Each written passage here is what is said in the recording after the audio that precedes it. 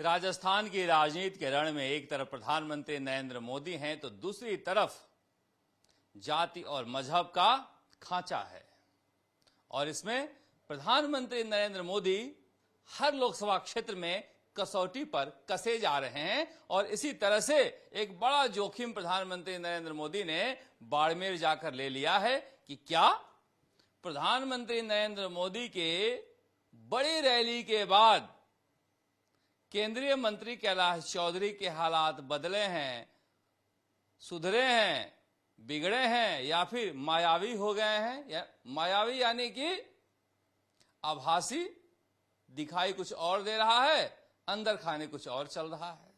और इस बीच ऐसा लग रहा था बीजेपी को भी और ऐसा लग रहा था कांग्रेस को भी कि प्रधानमंत्री नरेंद्र मोदी की भारी भीड़ के बाद रविंद्र सिंह भाटी के भीड़ में कुछ कमी आएगी, मगर इजाफा होते जा रहा है। पचपदरा के इलाके में घूम रहे हैं और वहां पर जो वायरल वीडियो है, अगर ये वायरल वीडियो कुछ कहता है तो फिर रविंद्र सिंह भाटी प्रधानमंत्री नरेंद्र मोदी की टीम से ज्यादा बड़े सुजान निकल रहे हैं क्या? आपको याद होगा बाड़मेर में प्रधानमंत्री नरेंद्र मोदी ने सौरभ कालिया के साथ जो शहीद हुए थे बाड़मेर के भीखाजी, उनका नाम लिया था।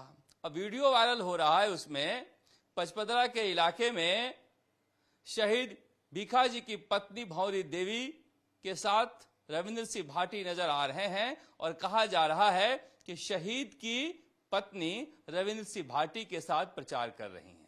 कि हम यहाँ नहीं रहने देंगे ना, आपको न्याय बाहर कर देंगे, ऐसी बातें की, लेकिन कोई बात नहीं। इनके पास पूरी जनता का, पूरी 36 कौम का सपोर्ट है और मैं चाहती हूँ कि जीतेंगे, जरूर जीतेंगे। धन्यवाद, आपका सपोर्ट चाहिए और आशा जीतेंगे। जय हिंद, जय भारत।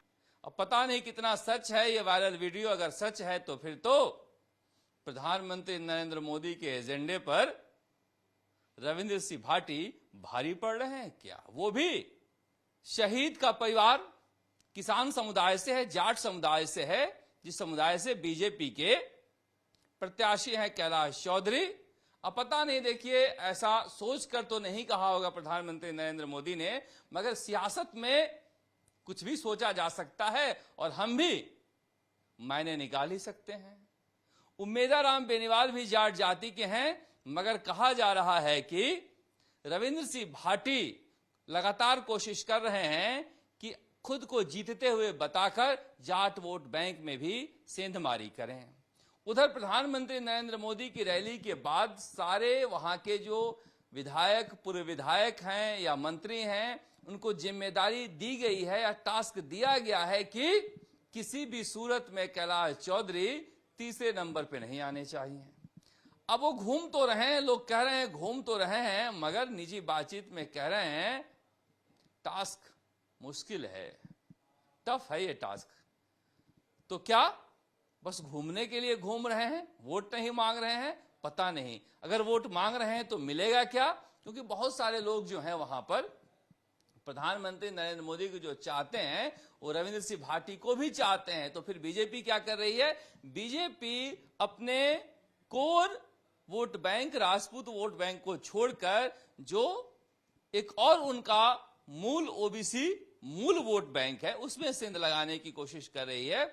मसलन जो चारण हैं, कुम्हार हैं, नाई हैं, माली हैं, उनके यहां खेतों में जा के बातचीत कर रहे हैं कि कम से कम सम्मानजनक वोट मिलना चाहिए।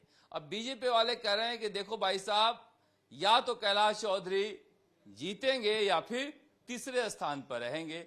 ये तो हम भी कह रहे हैं कि प्रधानमंत्री नरेंद्र मोदी का करिश्मा अगर चल रहा है और अंडर करंट है तो फिर कैलाश चौधरी भी जीतेंगे और 25 की 25 सीटें आएंगी। वरना जो दिख रहा है वही चल रहा है तो फिर कैलाश चौधरी तीसरे नंबर पे भी आएंगे। देखिए, जातीय समीकरण अगर बैठाते हैं हम तो इस हिसाब से तो उम्मेदाराम बेनीवाल मजबूत कागजों पर दिखाई देते हैं, मगर अक्सर कहता हूं मैं कि सियासत में 1 और 1 2 नहीं होता, 1 और 1 3 भी होता है। क्योंकि सियासत गणित नहीं, रसायन शास्त्र है, जहां पर केमिकल रिएक्शन होते हैं और उससे कोई तीसरा पदार्थ भी बनता है। इसीलिए ये जो जाति की गणित बताई जा रही है उसके अनुसार इतने जाट, इतने मुसलमान, इतने एससी, इस हिसाब से देखें तो उमेदाराम बेनीवाल मजबूत दिखाई दे रहे हैं, उनकी भीड़ भी बहुत आ रही है। मगर अगर 2014 की बात करें जिसमें जसवंत सिंह और सोनाराम चौधरी के बीच मुकाबला हुआ था, उसमें हरीश चौधरी बहुत ज्यादा वोट लेकर नहीं जा पाए थे और 54,000 के वोट के आसपास से वो जीत गए थे सोनाराम चौधरी।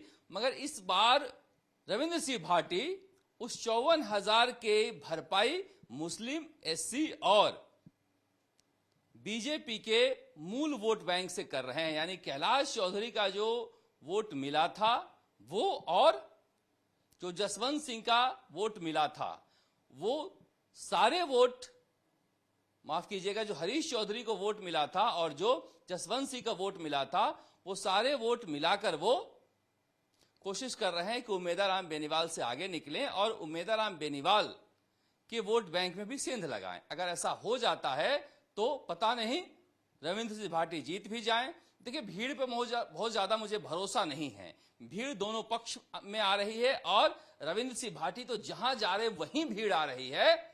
भीड़ अगर पैमाना है तो वो जीत रहे हैं, मगर भीड़ सियासत में पैमाना नहीं हुआ करती है। कई बार भीड़ जो है तमाशबीन भी होती है जो वोट में तब्दील नहीं हो पाती है। इसीलिए भीड़ तो दोनों तरफ से आ रही है, मगर राजस्थान के रेगिस्तान का ऊंट किस करवट बैठेगा ये तो 4 जून को ही पता चलेगा। इसमें कौन सी बड़ी बात मैं कह रहा हूं, ये तो पूरी दुनिया यही कह रही है। देखते रहिए चुनाव आज तक। नमस्कार, जयपुर से शरद कुमार।